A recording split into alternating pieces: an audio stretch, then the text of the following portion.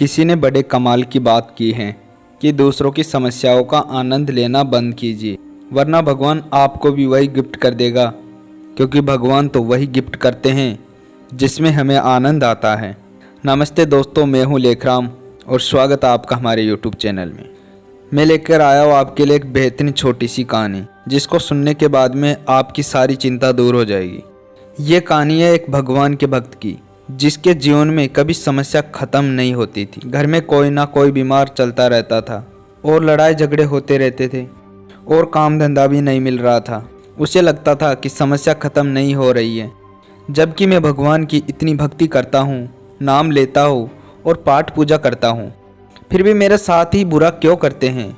उसके आसपास के लोग उसे बोलते रहते थे, मोटिवेट करते रहते थे कि तुम्हारा सब कुछ अच्छा हो जाएगा, तुम तो इतनी भगवान की भक्ति करते हो, बुरा थोड़ी ना होगा। लेकिन उसे भगवान से थोड़ी दूरी होने लगी, क्योंकि उसे लगने लगा था कि भगवान उससे क्या चाहते हैं।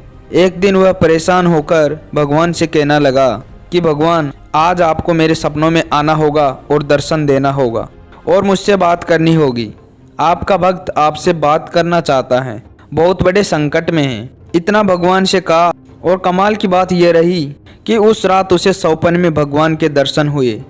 जैसे भगवान दिखाई दिए तो उसने सारी समस्याओं का भंडारा लगा हुआ था, तो वो सारी समस्याएं भगवान को सुनाने लग गया, सारे दुख दर्द भगवान को बोलने लग गया कि मैं तो इतनी भक्ति करता हूँ, फिर भी मेरे साथ इतना दुखी, मेरे साथ ही ऐसा क्यों होता है, और जो गलत काम कर रहे हैं वो मज़े से घूम रहे हैं। मुझे समझ में नहीं आ रहा भगवान, आप क्या चाहते हैं। भगवान ने कहा, ये तो चक्र है, प्रकृति का नियम है, चलता रहता है। उस व्यक्ति ने कहा, मुझे कुछ पता नहीं है, मुझे सिर्फ समाधान चाहिए। उस नादान की बातें सुनकर भगवान ने सोचा, चलो समाधान बता ही देते हैं। जहाँ दर्शन दिए उस दृश्य में पीछे बरगद का बहुत बड़ा पेड़ दिखाई दे रहा था।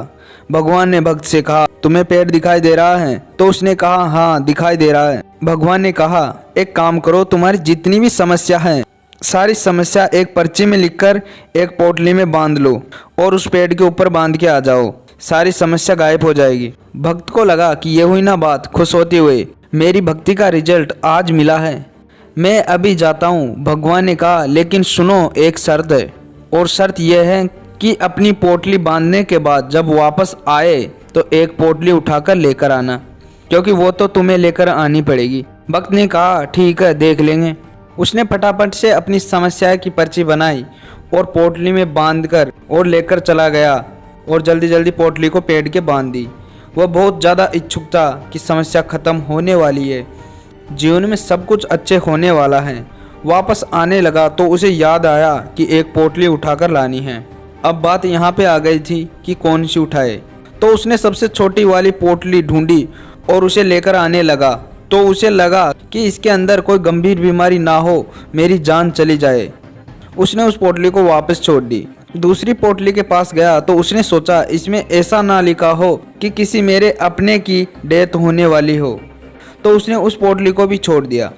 तीसरी पोटली के पास गया तो उसे डर लगा कि इसमें ऐसा ना लिखा हो कि किसी मेरे करीबी को बड़ी बीमारी हो जाए और पूरे जीवन भर परेशान रहे।